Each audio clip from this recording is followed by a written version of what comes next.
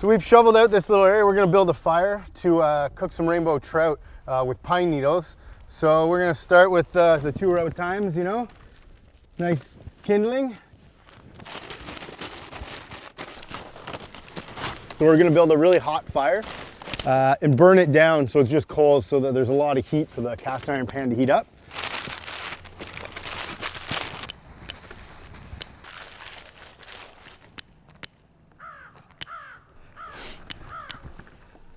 It was just working inside. My name's Shawn Adler. I'm a chef of the Flying Chestnut Kitchen and Powwow Cafe. Often wild edibles are harvested throughout spring and summer and fall, but there's no reason you shouldn't get out there. Enjoy winter. Today's a beautiful day. Take a walk and harvest yourself a seasoning.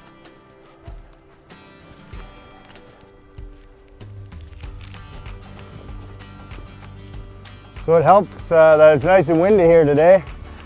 Fire takes off really easily. And that's really dry kindling, so the fire should go really nice.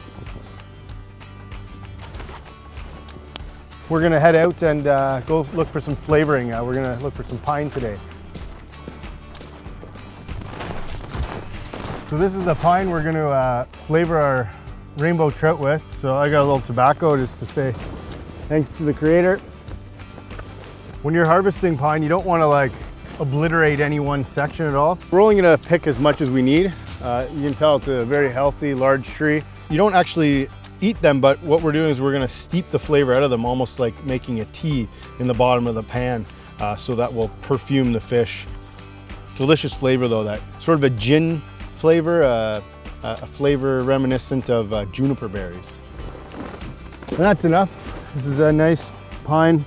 Will lend great flavor to the rainbow trout. We've got our fire here. It's been burning for about an hour at least. It's becoming coals. It's perfect temperature to begin cooking. So I've knocked this nice and flat so that the frying pan will sit directly on the logs. And then we're gonna add our butter along with our pine. We'll add the rainbow trout. Get a good sear on the fish. Sear it on both sides. Pinch of salt and pepper. So I'm gonna go in with just some whole mushrooms. So these fingerling potatoes, I parboiled those, so they're cooked about 90% of the way. Now I'm gonna add the white wine.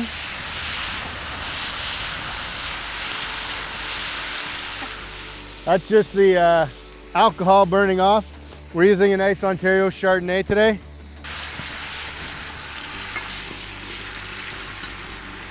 Some people have aversions to seeing the head and the tail and it looking like a fish. This dish can be prepared the same method, but using a fillet of trout. You could use a fillet of salmon. When you cook something whole on the bone like this, what happens is you really get a better flavor. And it's the same for meat cooked on the bone, fish cooked on the bone, because a lot of the flavor is actually coming out of the bones. We're adding these peas and spinach and garlic at the last moment because we're cooking on such a high heat. We really want them to be fresh and vibrant and not completely wilt and cook away. So last moment, toss. That's it.